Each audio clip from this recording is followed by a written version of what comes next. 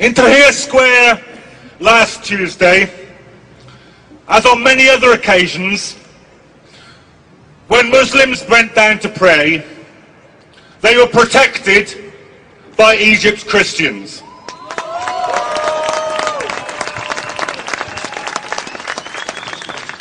Tomorrow, I've just received this message from my friends in Tahrir Square right now.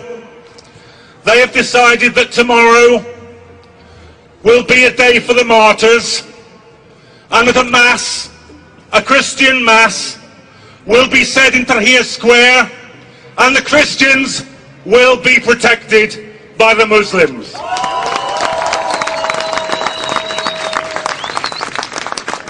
So my message to David Cameron today is this: don't lecture us about British values.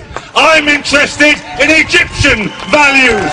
I'm interested in the values of the Egyptian revolution. It's no mistake, you know, that speech is made by Cameron today. Perhaps no mistake, it's made in all places in Munich today. Because the BBC rants this morning about the threat of the Muslim Brotherhood taking over in Egypt, and at the same time the Prime Minister of Britain is ranting in Munich about the threat from the enemy within. Now let's be absolutely clear.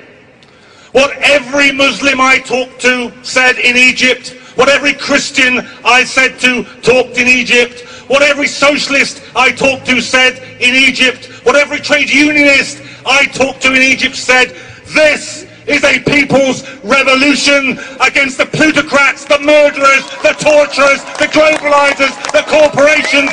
That's the revolution in Egypt. What incredibly brave people they are.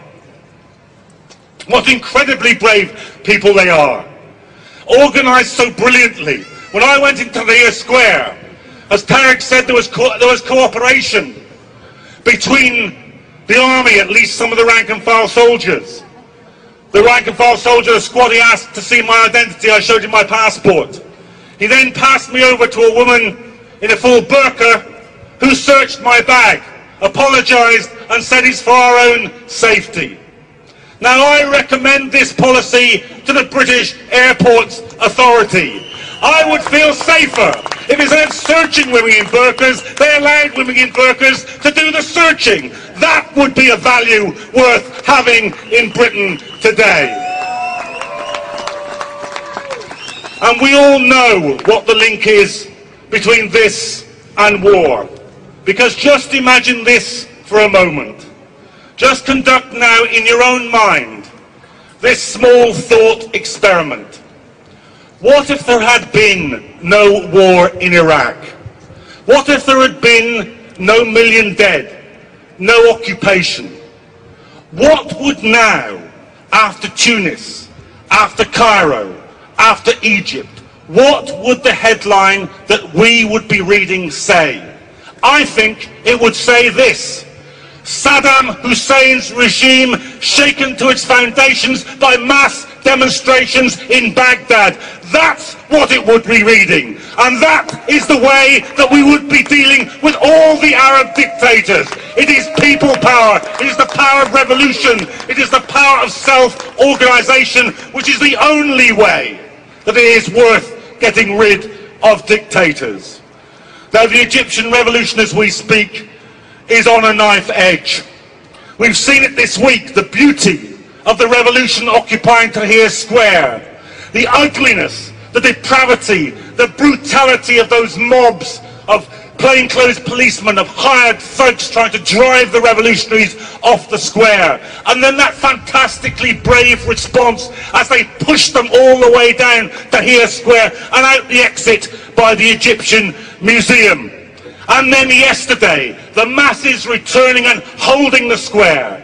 Today, as we meet here, they're arguing with the army officers. A senior army general has just spoken from the platform in Tahrir Square and said, I'm worried you're being manipulated. But the people there are chanting, we won't go until he goes. We won't go until he goes.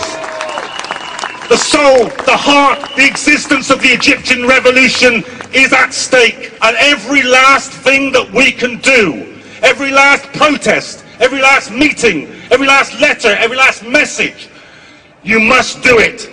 Because this revolution is a profound revolution. It can alter the whole imperial architecture of the Middle East. It can deal at one moment the single biggest blow that could be delivered to Islamophobia. It can give a beacon of hope to working people and poor people the globe over. So today, recommit yourselves.